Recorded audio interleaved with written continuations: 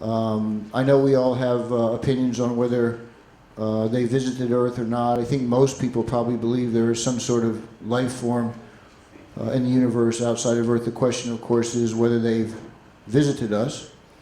This man that we're going to hear from right now has got a lot of information. He's done a lot of case studies. His organization, MUFON, was profiled recently on Terminal 1 on the History Channel. I don't know if any of you all saw that, but it was absolutely fascinating series of shows, and I think it went for 2 years. Anyway, let me read you a little bit of his bio here, and then we're going to have him up here. Jan Harson is Executive Director of MUFON, one of the world's leading authorities on UFOs. As a member of the board, Harzan has been instrumental in leading MUFON's strategic planning as well as creating the case management system used for UFO reporting, tracking, and investigative follow-up. He joined MUFON in 1994, became executive director in 2013. Prior to that, he was at IBM for 37 years. MUFON, IBM? Wow. That's it. They're both acronyms, but there's something different about those two companies. Information technology business. Harzan, who has a BS in nuclear engineering from UCLA, resides in Newport Beach, California with his wife and their 2 children. His interest in UFOs began at age 8 when he read an article in Argosy magazine. You guys remember that? Argosy?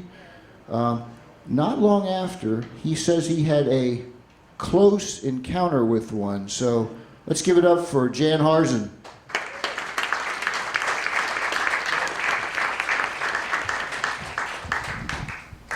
Okay, well, I want to thank you all for staying so late. I know it's been a long day. I've been here since 8 o'clock myself. So we're going to go through very quickly here, and I'm going to start off with kind of one of the big questions in life, which is, are we alone?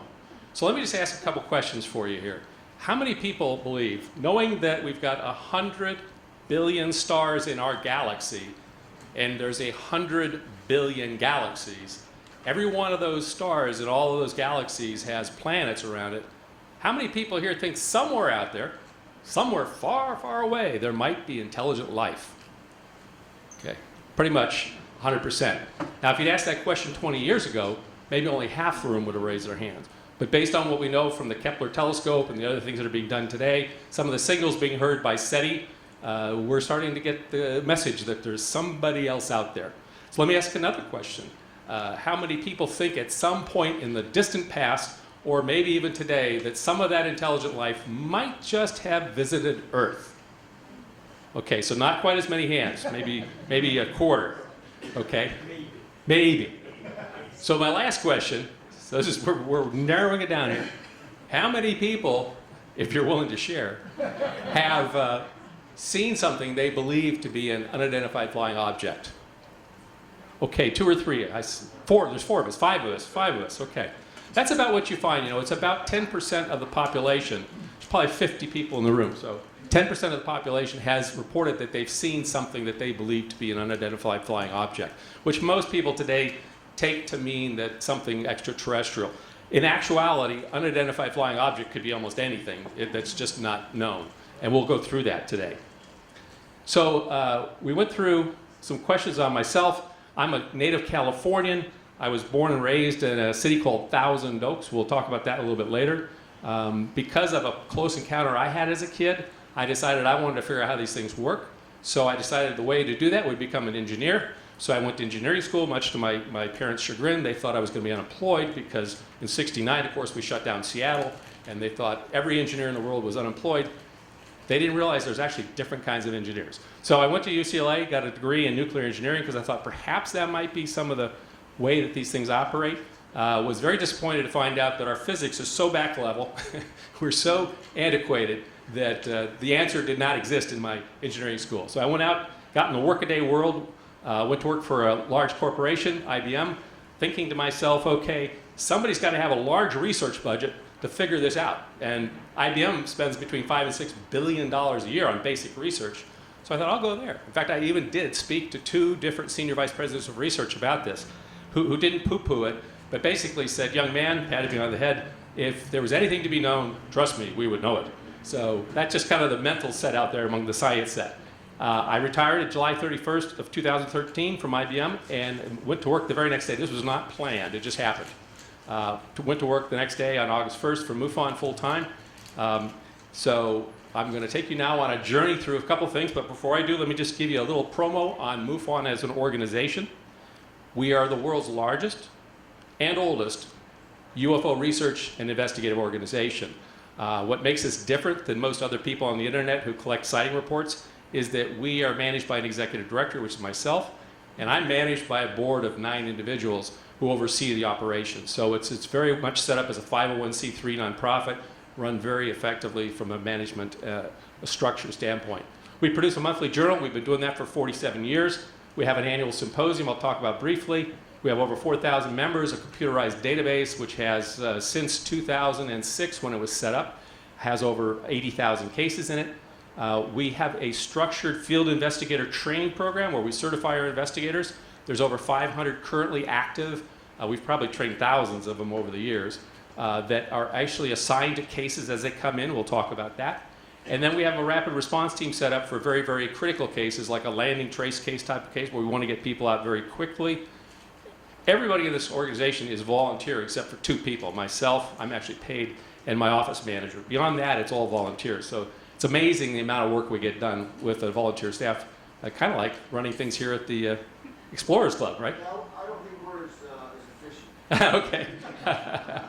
We're striving to be. Anyway, and then of course, Jim mentioned the Hangar 1 television show on History Channel, which is still playing. We didn't get picked up for a 3rd season, which was disappointing, but we are working with 2 other networks currently to do that. So I invite you to join us if you have an interest, get involved, and help us solve the mystery. So with that said, let me step back in time to set up my own personal encounter with the UFO. And if you really go back to about the World War II, these weren't called UFOs at the time. In fact, we didn't know what they were. But these balls of light would follow our Allied bombers and our fighter jets in Europe and Asia, and they were termed Foo Fighters. Became a famous band's name later, but they were called Foo Fighters. And we didn't know what they were. In fact, most of the pilots thought they were just some kind of a Nazi weapon. So they kind of watched it very closely, but these objects would just follow the aircraft as they flew on their missions. Well, it wasn't too much later, in 1947, that the modern day of ufology got kicked off by a guy by the name of Kenneth Arnold. Any of you heard of Kenneth Arnold? Okay. Kenneth was flying his aircraft. He was an employee of the U.S. Forest Service. He was flying his aircraft looking for a missing plane because he was part of the Civil Air Patrol that had crashed somewhere around Mount Rainier. When off in the distance, he spotted 9 disc-shaped objects. I'll show you what they look like in a second here. These disc-shaped objects that were skipping across the, basically skipping across the mountain range. And he timed them, and they were going several thousand miles an hour, which in the day, in 47, we didn't have anything that went, I didn't think we had anything that went faster than the speed of sound at that time. It's same year. Right, but that was like 700 miles an hour. So these were going like in the thousands. So when he came back, he reported this, and the press picked up on it. And his description of the discs skipping across the mountain range got picked up as flying saucers, or he described it as disc skipping like you would skip a disc across the water. It'd bounce off the water. So they coined the term flying saucer, and it took off in a rage. Of course, in the late 50s, 40s, 50s, and in the early 60s, everything was a flying saucer until the intelligence community came along and made it unidentified flying objects, but that's a whole different story. So 2 weeks later, after this sighting, another famous encounter occurred. Does anyone know what that was? Roswell, you're right, Jim. You win the awards. I got to get some awards here. This was Roswell. And basically what happened was a craft came down, it crashed on a rancher's field.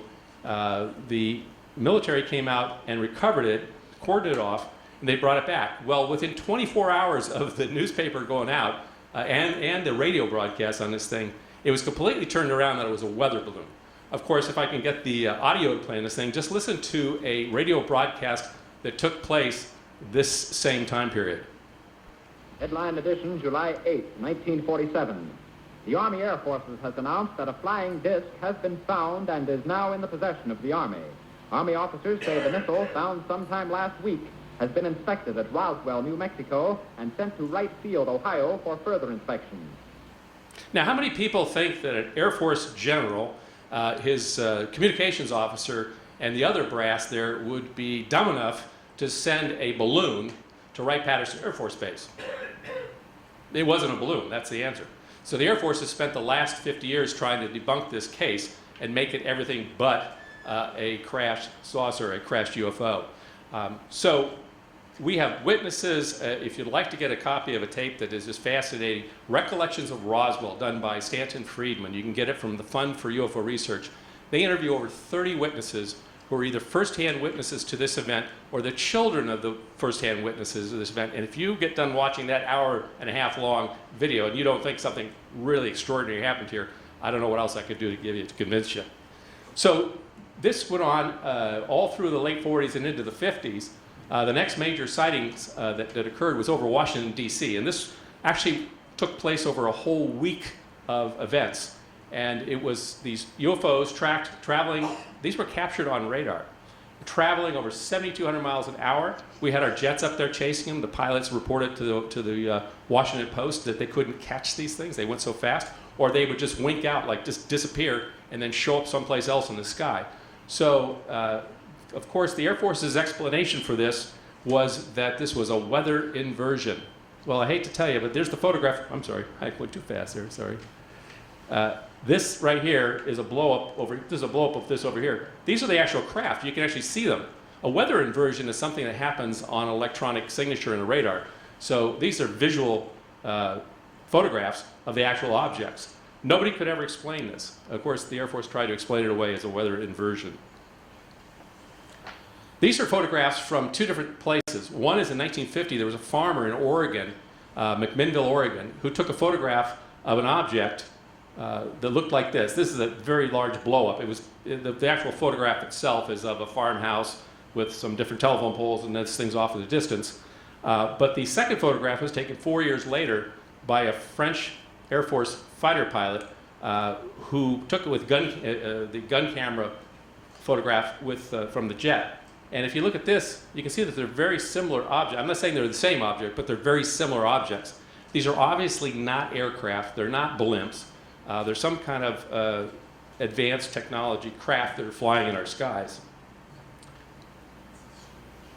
And then in 1965, down literally only a few miles from where our offices are today, we had the Rex Heflin case in Santa Ana. And this was Rex Heflin, who was an Orange County highway inspector, was working around 12:30 in the afternoon when he noticed through his car, he was eating lunch in his truck, he noticed through his windshield that this object was hovering in the sky, and he picked up the Polaroid camera from his seat and started shooting pictures of it. He got 3 photographs of it.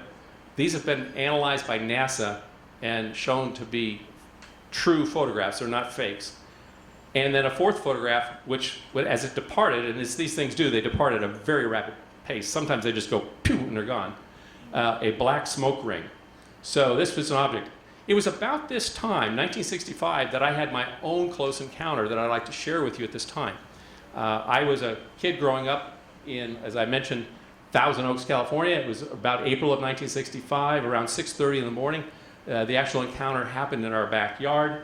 I know that sounds strange, but all the sightings we get are in the people's backyard as they step out. In fact, if you have a dog and you smoke, your odds of seeing a UFO go up 80%. I just want to tell you that. Because most of our cases start out that way. We won't go there.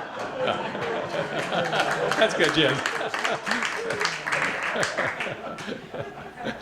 I don't know how to recover from that. No. Yeah. So those of you, which most of you are from the East Coast, let me just tell you where Thousand Oaks is. So this is downtown Los Angeles right here. Thousand Oaks, where I grew up, is 40 miles to the west. It's actually 10 miles inland from Malibu. And it's a little bedroom community. And back in the 50s and 60s, when I grew up there, there were only a few thousand people there. Now it's, of course, 150,000 people, sprawling metropolis. But basically what happened was my brother, Jeff, who's here in the front, that's me here, my older brother Joel, came into my room at 6:30 in the morning to let me know that there was somebody outside his room, his bedroom, trying to basically playing with the screen. And he didn't know who it was, and so he came out and got me. Let me just give you a quick shape up. We had a strong interest as kids in this subject. Jim mentioned that I'd read this article in Argosy. It was about the leader of NICAP, Donald Kehoe, who was a major in the Marines at the time, actually retired. And there was a full-length feature article about him and being the leader of NICAP, which was the UFO investigative agency of the day, one of the two, and talking about how these things are real. And I thought that was very extraordinary because I was this little kid reading this magazine article in my father's magazine, the men's magazine of the day. And it struck me that you've got all these people on TV saying that these things aren't real. You got the Air Force saying it's the weather inversions, it's just weather balloons, it's anything but anything to say that it's not real. And this guy, who's a military hero, he's talking about the fact that these things are real. So that really struck me as a young man that these things were. So my brother and I started talking. Now my brother's one of those guys who knows everything about anything, but doesn't know how he knows. He just knows it. So he's very intuitive. And we were playing around with electricity and electromagnets and crystal radios. And at 8 years old, he was fixing the neighbor's television sets. I don't know how he could do that, but he did it. Basically, you took the tubes out, you took them down to Thrifty, you put them in the little tube tester, and you figure out which ones didn't work. Then you go back and put the new ones in. But we decided that these things use some kind of electromagnetic energy. That's what the EM stands for. And that they were probably some kind of pulsed electromagnetic energy. And so we designed a craft 30 feet around with 3 pulsed electromagnetic engines. And we were convinced if we built this in our backyard, we could get it to fly. Now, we're young, we're little kids, and we're 8, 9, 10 years old. Then my mother one day took us to the Thrifty drugstore where she was shopping. We went and looked at the magazine rack, and there was a magazine there called Flying Saucer Review. It was out of England, and we bought a copy of it. We took it home. In that magazine, we read that these things are seen around nuclear power plants, military installations, and places where anti-gravity research is being done. So we looked at each other and we said, wow, we're doing anti-gravity research. Maybe one will come visit us. Well, literally, within 30 days, so there's some kind of a consciousness connection here. Within 30 days, this thing shows up in our backyard. Now, this is our home in 1959, the day after we moved in. So it's not like we didn't have a lawn or anything, but we did, the day we moved in, we didn't have a lawn. But the craft that we saw was actually back over here in the backyard. We had a big oak tree here, which has since fallen over, 600 years old, in a big windstorm. But it was right over here, and this is the front door. So you would go in the front door, and these were all the bedrooms back this way.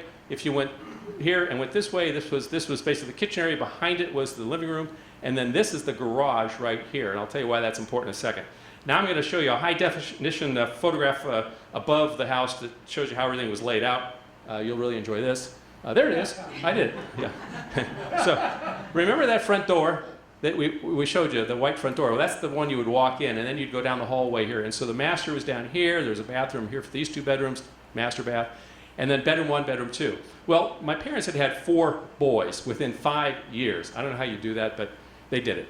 And so we had a 2-bedroom house that we were living in, and they decided, well, we need a 3-bedroom house, so we can have 2 boys in 1 bedroom, 2 boys in the other bedroom. Bunk beds. Bunk beds were big. So they built this house in '59. We moved out there and moved into it, and lo and behold, 4 years later, in 1964, an oopsie baby comes, and it's a girl. So my father said, oh, we've ruined the plan. We need a room for the girl. So he built the garage here into a bunk room and put some beds out there. So basically, the girl lived here. She was a baby at the time. And the other 2 boys lived here and here. So my brother was in this bedroom right here. And he came down to get me at 6:30 in the morning and take me back here to show me that there's somebody trying to break into his window here, A. I didn't see anything. And so I said, well, let's go out in the backyard and check this out. So we started back down the hallway. And as we're walking down here, I'm looking back talking to him. He sees something over here, B, standing there, and he says, look. And so I turned around to look what he's looking at. I didn't see anything again. So I'm thinking to myself, my brother is just trying, we call it rat fink, which in the day meant you were trying to pull one over on somebody else. So I thought he was just trying to pull one over on me and just get me all excited. So I said, well, let's go out in the backyard and check this out. So we walked into the family room and through the kitchen, and on the wall here was a clock that said 6:30. We walked out into the garage and then out the back door to the end of the house and looked back towards his window. There was nothing there. So I'm thinking, okay, he really is trying to just pull one over on me. So now this was 6:30 in the morning. It was right before the time change. The sun was up. It was very bright outside. Everything was lit up. It was a daylight sighting. So we turned around to go back into the house, and right over here, 30 feet away, probably just a little bit further than that canoe there, or that sled, was a craft hovering in the sky, about, again, 30 feet away, about 10 feet off the ground. It was like a metallic material with 4 landing gear on it and crossbars connecting the landing gear on each side.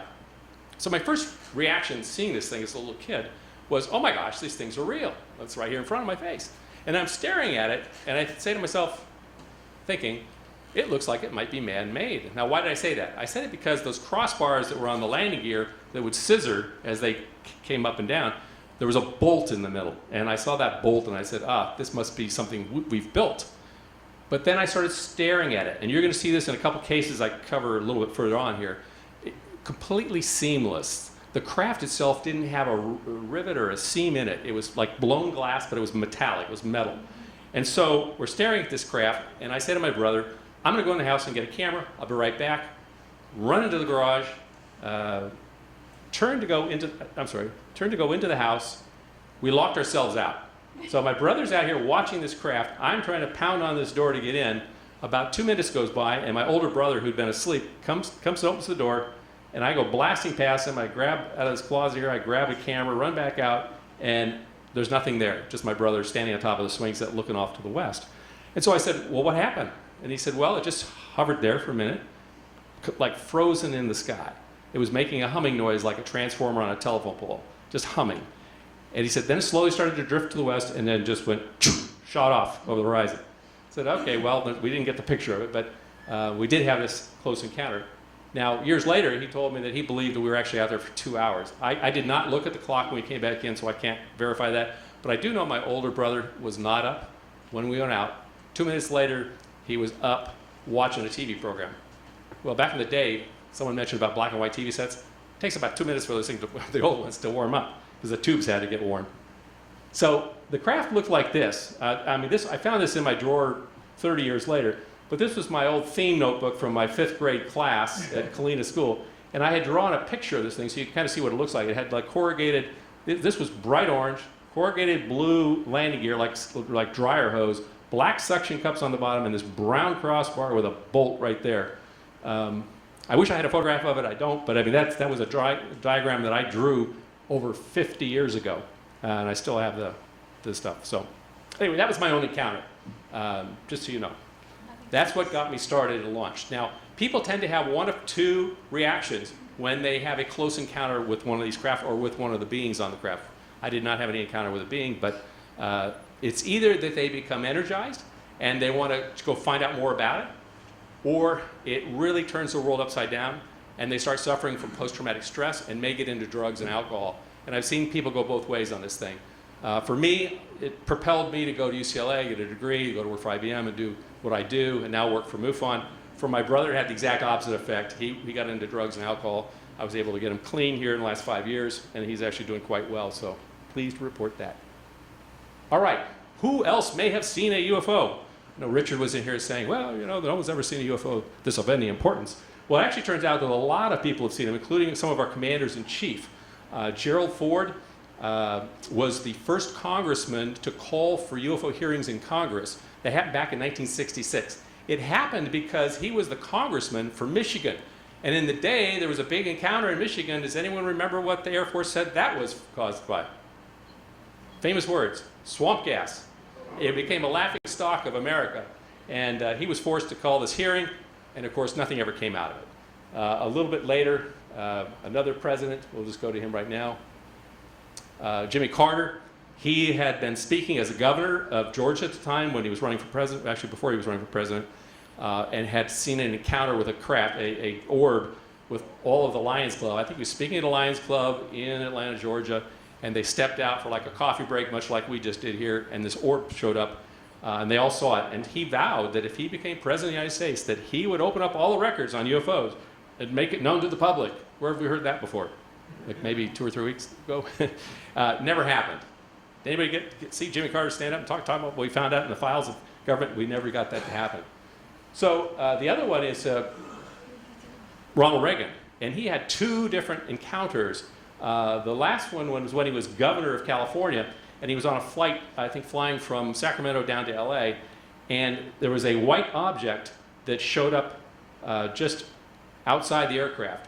And Ronnie was watching this little white orb. Go back to 1944 and the Foo Fighters, same kind of a thing. This white orb was following the craft. He went up to the pilot and he says, "Do you see that thing?" And he says, "Yes, I see it." He says, "What do you think it is?" The guy didn't know. He was kind of shocked. And then he said to him, "Well, let's follow it." Now, doesn't that sound like Ronald Reagan? I mean, a flying saucer is following your pilot. He says, "Let's follow that thing." So, but that's all been documented. But most recently, Jimmy Kimmel, who likes to ask these questions of presidents of the United States. So I'm sure he'll ask it of the next one, whoever it might be. But he had Clinton on about 2 years ago, just pummeled him with UFO questions. And then Obama, about a year ago, was on the show. And let me see if the audio will play on this thing. So we're going to go, we might have to crank up the sound. Who's back there? Okay, Alex. Let's just see. I'm going to play it right now. So watch this. Now, the interesting thing is, he never admits to anything. In fact, he tries to kind of laugh it off. But Jimmy Kimmel will not let him laugh it off. I was inaugurated. My hand would just, it'd still be hot from touching the Bible. And I would immediately race to wherever they have the files about Area 51 and UFOs. And I go through everything to find out what happened. Right. Did you do that? That's why you will not be president. That's the first thing that you would do. It's at the The top of aliens my won't list. let it happen. You reveal all their secrets. They exercise strict control over us. Now, there are a lot of people that are going to examine your facial expressions here, every twitch, everything, and say, and of course, so did you look? Did you see? Did you explore? I can't reveal anything. Oh, really? That's an interesting comment. That's an interesting comment. He doesn't say this isn't real, there's nothing there, don't worry about it. It's, I cannot reveal anything. That says there's something to reveal, right? That's how that works. Okay, let's move on. Other important people who've talked about UFOs or seen them themselves. I was in. Okay. We've had a number of astronauts, we've had a number of generals, we've had a number of senators, cosmonauts, who have come out and talked about this subject in an intelligent way. One of them, is Richard in the room? So Richard mentioned this guy right here, Edgar Mitchell, who just passed away this past year, a real American hero. I think he was the 12th man to walk on the moon. He's been on the record. He did not see anything himself personally. But Gordon Cooper, in his book Leap of Faith, which is his autobiography, talks about 2 different encounters with flying saucers that he personally was involved in. And I've got a little video clip I'd like to show you on that right now. It's about 2 minutes long. So let's just go right now to one of the most incredible cases that you never heard about through the media.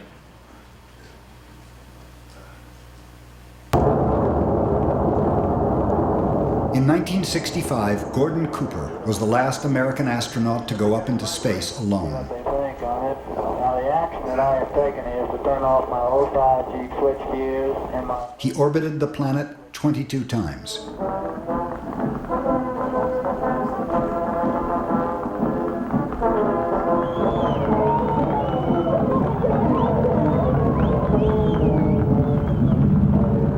I think that those of you that know me know that I've always spoken honestly and straightforward to you. I intend to do so today. 10 years earlier, while stationed at Edwards Air Force Base, Cooper witnessed an event that has yet to be explained nearly 50 years later. He was supervising the filming of a precision landing facility for F-86 fighter jets.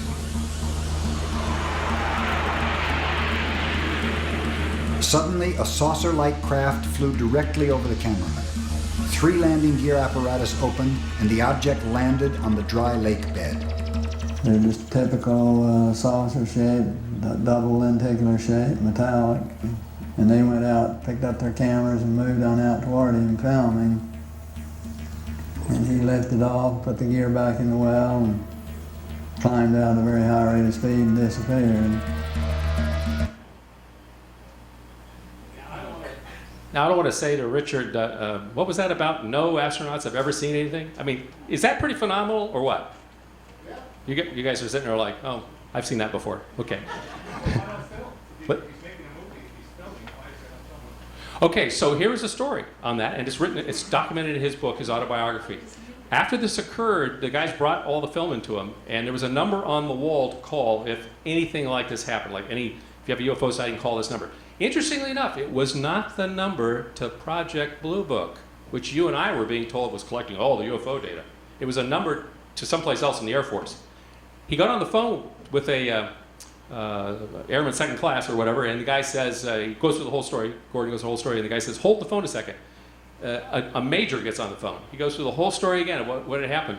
The major says, hold the phone a second.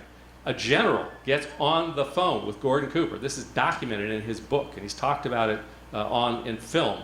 The general says, look, here's what I want you to do. I want you to develop the film, make no prints. I'm sending my private jet, put it in a secure pouch. My private jet will be there in an hour, pick it up, and we'll take care of it. Thank you very much, Major Cooper. So he does that. He develops the film, makes no prints of it. I mean, he's a young major in the Air Force. He's following orders. But he did the print versions, because they were film too. I mean, motion picture film too. Or the old 2¼ by 2¼, and he looked at that, and he could actually see the craft on that film. Did what he was told, put it on the plane, it took off. About a week later, he's thinking to himself, oh my gosh, this is going to be the biggest announcement in the history of the United States. This is incredible, and it happened right here at Edwards Air Force Base. About a week goes by, nothing. He hears nothing. 2 weeks go by, he hears nothing. He calls back to the number, and he says, hi, this is Major Cooper. I called you guys 2 weeks ago about an incredible event that happened out here. You sent out the private jet, picked up the film. I was just following up to see if you need any other information on it. They said, Major who? It disappeared. And this is coming from an astronaut, so he's not going to be lying to us. But I mean, that's how deep this thing goes. This information, if it's credible, if it's important, it disappears. That's what happens. We have people. I was just telling Jim, one of my state directors this past week had 2 men from the FBI claim they were from the FBI. I don't believe they were, because he was doing an investigation on a case up in Utah. Came to him and told him that if he continued with the case, he and his family would not be in good health much longer. Threatened with his life by the quote FBI. I don't believe it was the FBI. But based on that, he's probably going to resign. This is the kind of intimidation that happens in this field when you get too close to the truth. I'm just telling you. All right, so the journey begins. It's the end of the 60s. A couple gentlemen in the Midwest, decide they want to start their own UFO organization. They were actually part of APRO at the time. The Lorenzens were kind of consolidating and trying to keep power centralized. They felt it should be decentralized. They founded the Midwest UFO Network, which handled 6 states in the Midwest: Illinois, Minnesota, Iowa, Missouri, 2 others. And they basically founded this organization. Within 2 or 3 years, the organization had grown, and actually other countries were calling in and wanting to be part of it. They had to change the name. So they kept MUFON, but they changed the Midwest to the Mutual UFO Network. But 2 of the founders were Alan Utke, who was the first president, and then the other is Walt Andrus. Walt Andrus was the executive director, international director for over 30 years. He was an assistant plant manager for Motorola before retiring. His own interest in this came about when he went on a vacation with his family, drove from Texas, I believe, out to California. And in Arizona, they spotted a fleet of UFOs that he saw at very close range, which got him interested in the subject. He turned over the reins in 2000 to a gentleman by the name of John Schuster. Okay, before I go there, this was his office. It was his garage in Seguin, Texas. Those 4-door filing cabinets were where he kept all the reports, because back in the 60s and 70s, everything was paper. There weren't computers. When he retired 30 years later, there were 16 of these 4-door files stuffed with reports, which have all been digitized, and we also have them stored as well, that he turned over to John Schuster. This is John Schuster. John is a manned spaceflight manager with Boeing, originally with McDonnell Douglas. His interest became, he was friends with most of the astronauts in the Mercury Gemini days, and actually into Skylab and Apollo. On James McDivitt's, one of his flights, Gemini 4, he photographed a cylindrical object in space.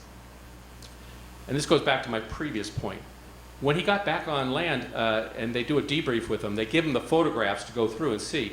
And he wanted to see what the cylindrical object was that he had photographed from the Gemini spacecraft. The photographs that they gave him back to review were not the photographs of what he took. And he said to him, no, these aren't the photographs I took. And they said, no, these are the photographs you took. He said, no, this is not the object that I took a photograph of. He said, no, this is the object you took a photograph of. And it was this over and over and over again until he got it. Oh, I get it. I'm not supposed to say anything. He mentioned this to John, and John was so taken by it that he became fascinated with the subject and got involved. So just in case of an interesting story. Now, the headquarters, after John turned over things in 2006, bounced around with a couple different locations within Colorado, and then ultimately ended up in Cincinnati, Ohio. And the only reason to really tell you that is because it was headquartered at the Lunken Airport from 2012 and 13. The show's name comes from one of the 3 hangars on that airport, because when the film crew came out to meet with Dave and ask him about where the files are stored, he said, oh, they're over there in Hangar 1. They said, oh, that'll make a nice name for a TV show. So that's how Hangar 1. People ask, is there really a Hangar 1? There's really a Hangar 1. The files were stored there. We moved them out back in 2013 and have them stored in a very secure place in Southern California at the present time. But Hangar 1 was a real actual place. And today, of course, we're in Newport Beach, California, where I live. Here's my office manager, Marketa. She's a Czech citizen, dual citizenship, U.S. Czech, and she also speaks Russian. We have a very, very small office staff, but that's where we run everything from. So with that, I'm going to tell you a little bit about our mission.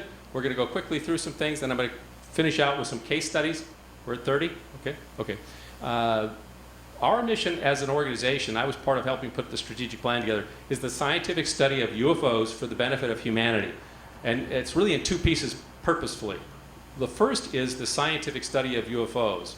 And our belief is that if you collect the data properly and you document it, that information can be used by our scientists and engineers to figure out how these craft operate. The second part, which is for the benefit of humanity, is there are truly huge breakthroughs that will be available to us as planet Earth, as humans, if we take this thing seriously. Transportation, the ability to instantaneously travel from like New York City to Tokyo, or across the planet, or even off planet, instantaneously that would be able to be done. Also, the energy that these craft are operating under is so far advanced that it doesn't require petroleum or gasoline or anything like that. It's using some kind of electromagnetic energy or something from the vacuum of space. If that energy could be captured, we could completely transform our planet and perhaps eliminate the need for many wars that we've had in the past. So we see huge breakthroughs possible by studying this. We also have 3 primary goals. So underneath our mission, which is our purpose for existing, we have our goals, which is what we are striving to achieve. And those are to investigate UFO sightings and collect that data in a database, promote research on UFOs, and we specifically put the words promote because we realize that we don't have the funds to do all the research that needs to be done in this field. So we'd like to encourage others to do research in this.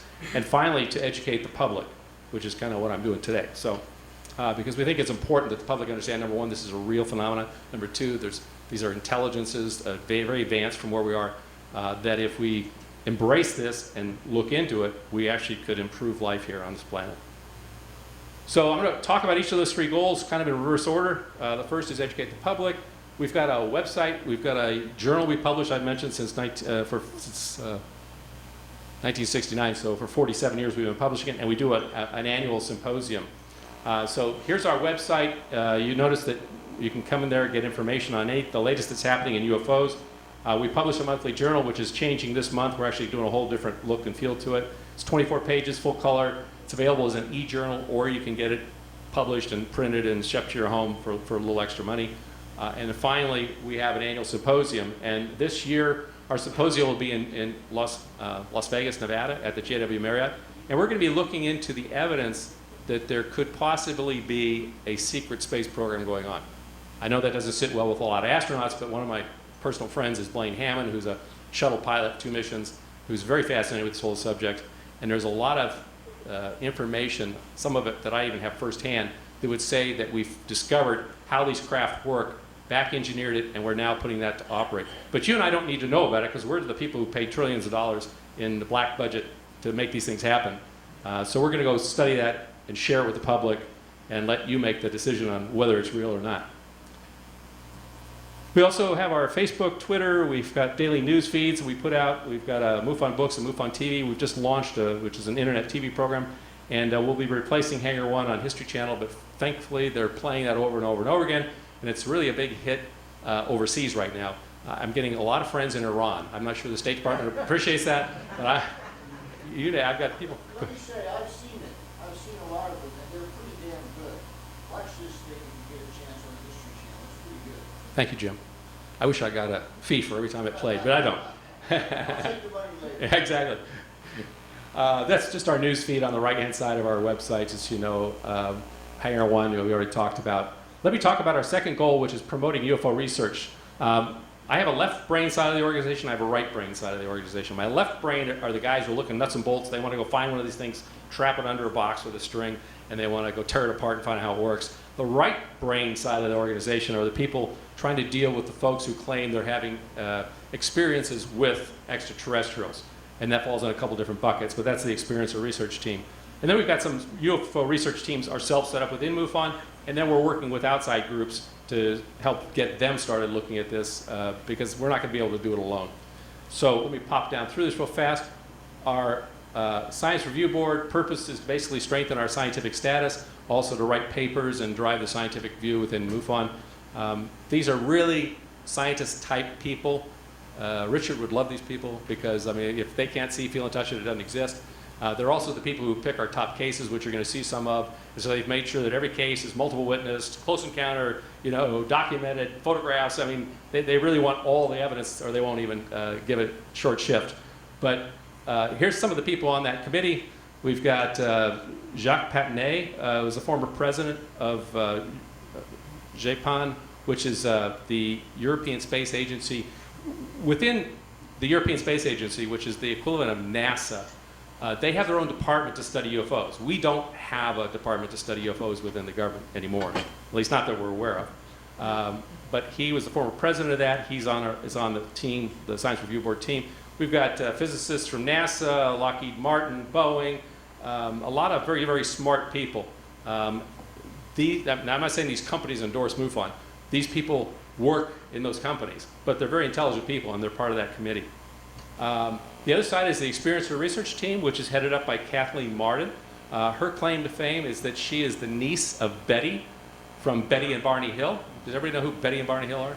That was the first abduction case reported back in 1961. Happened in the Northeast. She's the niece of Betty from that there. So she has a team of people working with her, including one of them is just Don Dundray. He was a retired professor from McGill University in psychology. He worked with Bud Hopkins, who did a lot of abduction research here in New York City till 5 or 6 years ago when he passed away. They built a little model of a questionnaire that allows us to give it to people who believe they've had an encounter. It'll actually allow us to figure out whether they're real abductee or experiencer themselves. I'll talk about that in a second. So I'm going to skip through this. This is the output from that test. And basically, it's like a double-blind test, and you answer 68 or 100 questions. I think there's some that are thrown in there just to be basically fillers, so we can see how people answer them. But he was able to break it down into those who are true abductees or experiencers, people who had encounters, versus those who are pretending. He had people who were trying to pretend they were experiencers, and just a control group, which is just the general public.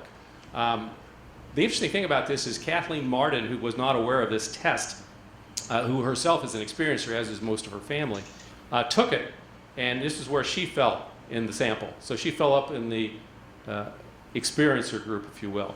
So we're very excited about this. We get probably 15 to 20 people a week coming to us claiming they've had an encounter, and we have to always start at the very beginning because maybe they woke up with a nosebleed and they were watching the latest Sci-Fi Channel case, and they completely convinced they've been abducted. And so we just put them through the test, and we can figure out pretty much what's going on with them. And to be honest, I mean, some of them are just people who have overactive imaginations. Some of them are people who have mental illness, I mean, schizophrenics and people like that, who are off their medication. So it's not like everybody who reports the fact they've been abducted by an alien is real. But we do find a good sample set of people who appear to be having otherworldly experiences. Now, whether that's with spiritual beings or with extraterrestrials, whatever it is, they are having real experiences. And so we're trying to study that and come to some kind of conclusion on it. All right, UFO research teams. We've got 5 going on right now. One is a top 10 team I'll talk about in a minute. We have a data mining team that's using computers. We're looking at using the Watson computer from IBM to go through our database and just kind of cull and see if it can come up with any conclusions. Orange orbs. These craft either tend to be orb type shape. Some of them are orange, some are white, some are blue, or they tend to be daylight type disks. They're solid physical craft. Many believe that the orbs are actually just transdimensional craft, and there's a real physical craft, but because they're in a high energy state, they show up to us as kind of an orb within our 3-dimensional universe that we live in. The military, there seems to be a very strong connection between military people and this phenomenon. We get a lot of reports from Afghanistan, Iraq. Almost 99% of the time they're coming from our boys over there who are stationed there, who see things. If there's a war zone, these things tend to stay above the war zone and watch it. Jim was asking me about some of the more famous cases. I mean, I'm not going to be speaking about this, but if you go in the records for Malmstrom Air Force Base and some of these other things back in the 60s and 70s and even early 80s, these craft were seen above the nuclear ICBM sites, shutting off our missiles. It's documented in Air Force documents that these craft were seen and that they shut off our missiles. Well, if that isn't physical evidence that there's somebody else out there watching out for best behavior, or maybe not, I don't know who else would do it. And then finally, we have an IFO team, because a lot of what gets reported is at least a third of it we can identify as being, planet Venus, a balloon, and things like that. That's one of the problems with the whole UFO field, is that there's a huge noise to signal ratio. Probably about 9 out of 10 are basically noise in the field. In other words, it's a planet, it's something else that someone saw, it's an aircraft, it's a satellite, it's the space station. People are great observers, but they're not really good in the science part of things about trying to figure out what it was. But we dive through that and we try to figure it out. We're just part of our job should be educating the public on those types of things. And then finally, outside research. This is my friend James Woodworth, wrote a book about benign wormholes and interstellar travel.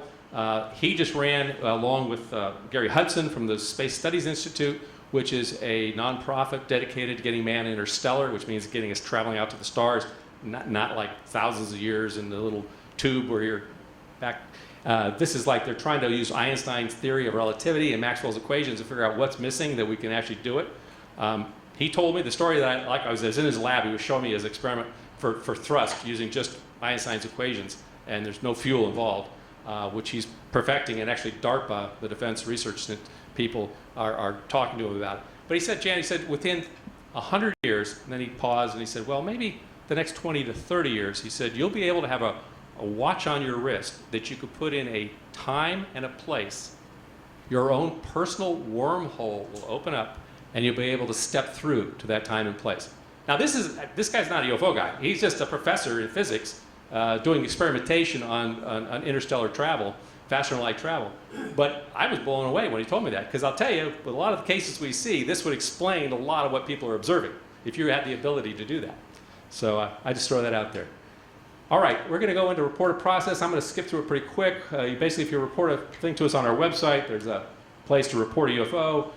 You go and fill out a form, who you are, what happened, you give us a bunch of data, and then you write a long narrative, and then attach files, press submit. As soon as you do that, MUFON operates in 43 countries and all 50 states. It is immediately sent to our state director or national director in that wherever the sighting occurred, and they assign an investigator to it to follow up on the case. Now, they don't always run out to the location, because some of these things are seen way off in the sky, and I'll talk to you about that. But that's what happens. There's no human intervention. We've been, people sometimes say to us, oh, you guys are hiding all the best cases. Well, there's no way to hide it, because this stuff gets put right out on the internet as it comes through. Now, we do have filters in there for foul language and a few other little parameters.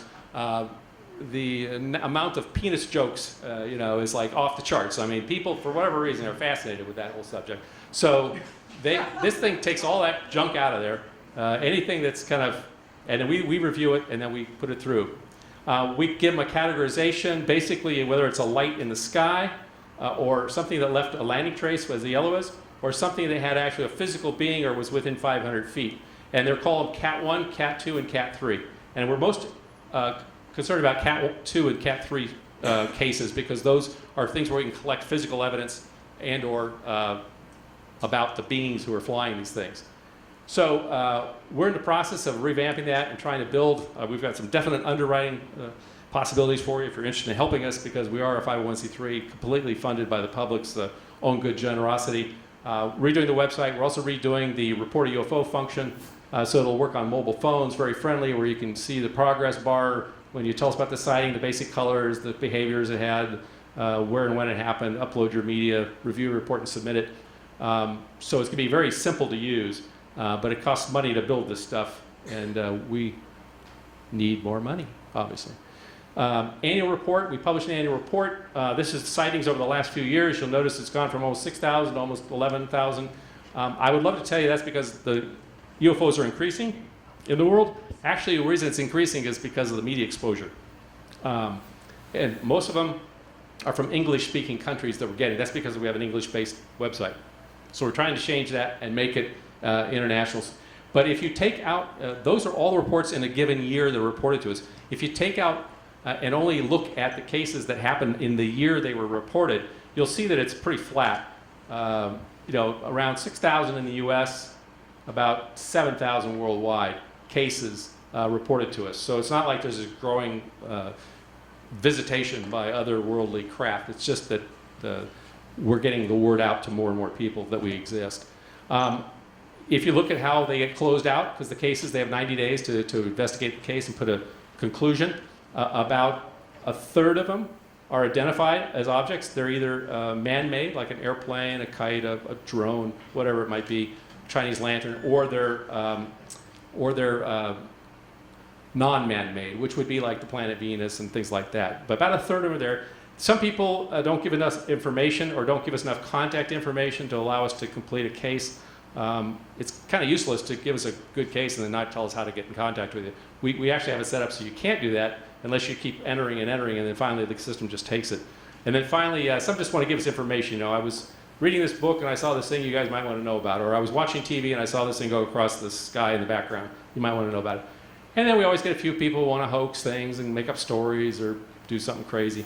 And then not all of our cases, we like I said, we have 1,000 a month coming in. Not all of them can get completed, but we do our best to make sure that the most important ones do get completed from an investigation standpoint. So that still leaves about a third that are unknown. So we have a process we go through. Also, here's what they look like. Spherical and round is the biggest. Triangle boomerang is the second largest. We're getting a lot of large 500,000 foot on one edge, these large triangles flying around our skies being reported to us nearly daily. So I'm not sure what that's all about. Some people believe they're ours, that the military's built something and they're flying it. Other people, I've been told from a gentleman who was on the Senate Intelligence Committee that they're not ours. So I don't know what to believe, but we're seeing them and we're recording them and we've got them in our database. Our annual reports are being cataloged and put on the website under research, so you can do that. And then you can turn off the sound because I don't have a reason for that anymore. And then top 10 cases. Okay, we're getting into the top cases. Let me just show you a couple. Here's a case that took place in Mississippi back in 2013. A private pilot and his son were flying along, and all of a sudden this metallic object came up alongside of him. And this is a drawing, it's not an actual picture. About 3 feet in size off his right wing, and remained stationary for about 2 seconds before it slowly started to move away to the south. The shape was oval with a small triangular shaped dorsal fin or winglet on it. The interesting thing was the fin was not aerodynamically pointing into the area of travel. It was actually 90 degrees to the area of travel. So if you built something aerodynamically, you would make the wing go into the area of travel. This thing didn't do that. So whatever was causing it to fly and track this aircraft, again, it goes back in my mind to the Foo Fighters and some of this other stuff that we've reported through this presentation that have been happening. But these craft, whatever they are, whoever they are, whatever kind of intelligence they are, they seem to be obsessed with our aircraft and like to follow them. We have plenty of photographs of them doing such. The next case, this is from a couple, a postal worker and his wife who served in U.S. Air Force intelligence. They witnessed a rectangular shaped object that maneuvered through the sky, came within 100 feet of them. Well, if an object's within 100 feet of you, you can pretty much tell what it is. I mean, you're not at that point trying to guess what it is. You can see it. And so they drew a picture of it. It was metallic and gray. It kind of worked its way down between the telephone poles and the wires to the street level. It was kind of a glowing red to a dull gray color. about the size of an SUV. So they got a good description of it. They got a good diagram they were able to draw of it. It's definitely not an aircraft, helicopter, or something that you might see. I can't tell you what it was. It's an unknown, so that's what we listed it as. This is one that took place up in Kitchener, Ontario, Canada. It was a 30-foot diameter spherical object, metallic, that was moving across the sky. It caused such a commotion on the highway that the cars all stopped and got out to watch this thing as it transversed up into the forest area. Two of the individuals, the number one witness, pulled out his cell phone, but his cell phone had gone dead. It just didn't work. The other guy in the lane next to him, who was also stopped trying to get his phone to work, had the same problem. It didn't go dead, but it just wouldn't function. The camera function wouldn't go. So these craft have an electromagnetic signature on them that throws off, that will actually take digital camera and some of the stuff and not allow it to work when it's in close proximity. It will work as they get further away, though. This case here is interesting to me because the two witnesses were an Army and Air Force aircraft mechanics, maintenance mechanics with over 30 years of experience. They reported on October 19th, 2013 at 6:20 p.m. that a huge triangular flying object flew within 500 feet of them. They said it was bigger than a C-5A cargo plane, which is one of the largest planes in the world. It's not the largest, but it's one of the largest. It had a rear set of lights on it that appeared to be the engines that were just pulsating, but it was lights. And there was a small drone-like object following it. It almost sounds like a military type of a craft, but they didn't notice that it was military at all. We're looking at this right now because there appears to be a differentiation between some of the craft that are observed and other craft that are observed. The differentiation is large triangles seen in the sky where you look underneath them and you can see, like, it looks like the back end of a refrigerator. It's all this tubing, all this stuff. It's very angular. Other craft are completely seamless. Our thought is that the ones that are very angular, look like the back end of your refrigerator, are probably something we've built, just because that's kind of how it looks. And the stuff that's seamless is probably of extraterrestrial origin, because I don't know what metallurgical process you would use to build a structured metallic craft and have no seams or rivets in it. And then this object here was of a craft, actually spherical craft, somewhere between 5 and 20 feet large, flying between 150 to 600 miles an hour, so it's not a drone. Shot by a 14-year-old boy as he was being driven by his mother down the highway in Missouri. He got like 13 shots. He had 13 photos within 8 seconds from his phone. This is just one of them. We've blown this up. It's definitely a metallic object in the sky. But these are the things that every day are being reported to us all over the world. And then finally, I want to go to the last case here. This is a craft that was seen 2 years ago, but not reported to us until this year. The interesting thing about this case here, it took place in northern Canada, far out in the outback, by a gentleman who was he's a contractor for the Department of Defense building non-lethal weapons. I won't go into what all that is, but basically he works on secret projects for the military and intelligence community. And he was out there with a couple of his buddies doing bear hunting in the middle of nowhere when they saw this craft go by. This is his rendition of the craft. It made a humming noise, just like the one I saw. They came within 400 feet of the location. It had an indigo plasma covering the entire craft. He thought it was some kind of a alternating current just going across the entire craft. And it was shooting sparks out the backside, so that as it moved down the highway, it kind of moved back and forth like this as it spun on its axis. But the sparks were always on the backside of it, away from the area that it was moving to. He was able to capture it on his video camera. When he came back and played the video camera, well, first off, the video camera didn't work when it was within 400 feet. It wasn't until it moved almost a quarter of a mile away that the video camera rebooted and started up. He was able to photograph it on the video camera. When he played it back, the video image was missing, but what was left there was the electromagnetic signature of the craft. And he has gone off, he's like most people who don't believe anything happens, and they see it and they go crazy. He is trying to figure out how it works based on that electromagnetic signature. I've talked to a number of scientists about this and aerospace companies. He believes that what this thing was operating with was counter-rotating electromagnet engines in here. Go back to the thing my brother and I drew back 50 years ago. And that it was high-powered and that this was causing some kind of levitation. And those counter-rotating electromagnets cause this humming noise. So what he asked me to do, he said, why don't you tell me, get a noisemaker, oscillator, I guess, off the internet, and listen to it and tell me what was the hertz that it was running at. So I did that for when I saw it 50 years ago. He's got the exact hertz on this thing. I guessed just by running the thing up and down, you know, you do this thing and it's got sound on it, that about 123 hertz was what the craft I heard. Now this is going back 50 years. He measured this thing at 100 hertz. So whatever it is in here is operating at 100 hertz, huge counter-rotating electromagnets. He's not done with this yet, and we may yet probably put him on our TV show when we finally get it going. So these are the types of things being seen. Large triangles, these type of craft, these balls of light, seem to be intelligently controlled. So the question becomes, you know, what do we do from here? In a quick summary, I can just tell you from my own personal experience, from the people I've spoken to, both military witnesses, airline pilots, policemen who've seen these craft at close encounter, that these things are real. That's number one. Number two, they appear to be under intelligent control. Number three, the real ones, I mean, not just a kite in the sky or a weather balloon, but the ones that are real, seem to throw off a huge electromagnetic signature, which should give us some clues on how these things are working. And finally, I think it would be wise of us as a civilization to take this subject seriously and to investigate it and try to figure out how to put this to our advantage. So where do we go from here? Well, I think first off, we have to take UFOs seriously. We can't go around debunking them, making fun of people. That's what the intelligence community would love. Whenever someone comes forward with this thing, they try to poo-poo them, make them look stupid. Richard talked about his father. Yeah, there's a big backlash in the press, particularly if you're a politician. I find that interesting because Hillary came out and said if she's elected president, much like Jimmy Carter, she's going to let everything be known. There wasn't a big backlash for her, but when I think it was Kucinich was running for president a few years ago, I think it was Kucinich, it might have been a different guy, but they basically laughed him off stage and he had to drop out of the presidential campaign. So, look, I don't care who becomes president. I do care who becomes president, but we won't go there. I am trying to, would back anybody who would be willing to push this out of the way.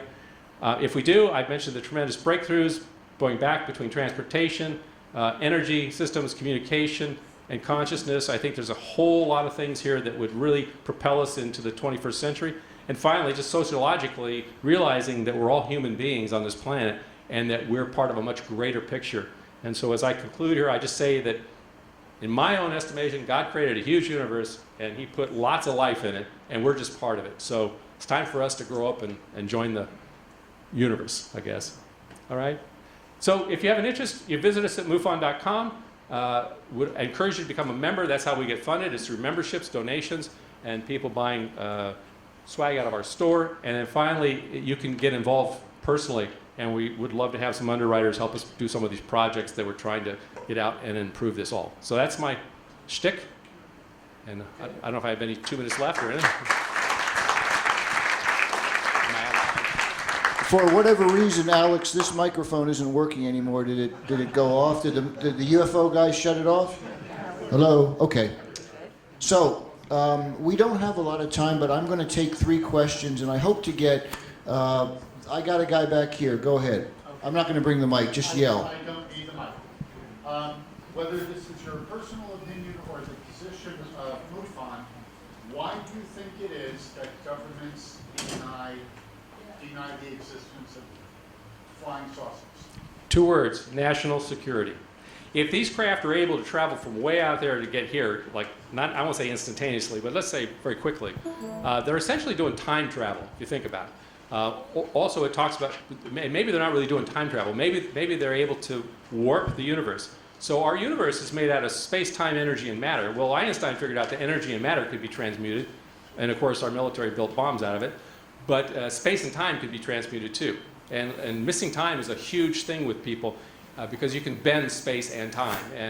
They're opposite ends of the same equation. So I think it's just, there's so much advancement in this thing that I think the fear was back in the 40s and 50s when this thing was really looked at by Oppenheimer, Eisenhower, and all the powers that be who were the top scientists of the day, that they were afraid if it fell into anybody's hands that we could destroy ourselves as a civilization. Next question. Yes, you, sir. Any of these encounters had any damage to property, people? Any damage from these encounters? There have been people who have been killed by these encounters. It's very, very rare. There are probably more people who've been healed by them people who have been taken on board the ship, and then they maybe had cancer, terminal cancer, and all of a sudden they're completely in remission afterwards. Yes, they've left landing marks. 1964, the Socorro, New Mexico landing left landing marks in the ground. That was investigated by Blue Book, as well as NICAP in the day. So the answer is yes, there is physical evidence left. Not always, though. It's very rare, honestly. I mean, we're finding in 1,000 cases, maybe one case. One more question. Okay, I have a question. Have you ever been threatened by anybody since you become the head of MUFON? Yes, my wife. Other than your wife? No, I'm just teasing. My wife's here in the front row. I appreciate her supporting me in this. No, I've never been investigated, so I guess I'm not pushing hard enough. I need to push harder. If I do a story for Forbes about this, are they going to come after me? No, I don't think so. Okay. Listen, thank you very much. Big hand for Jan.